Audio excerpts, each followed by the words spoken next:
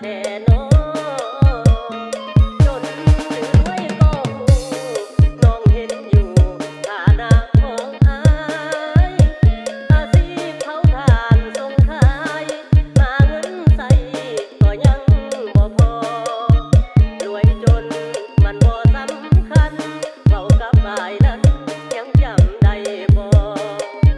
น้องสร้างลืมไว้แท้น้องบอกได้บ่เหตุผลของงาน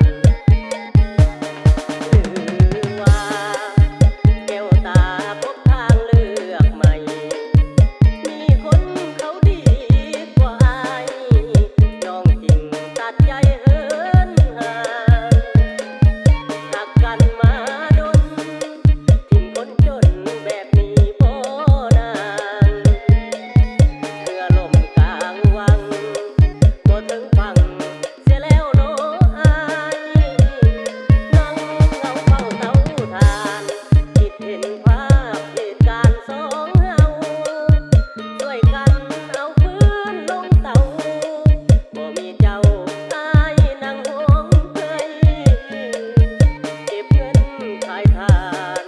ได้จากล้านสิมาขอสามไว้เมื่อหูว่าน้องเปลี่ยนไปเกือบสิ้นใจตา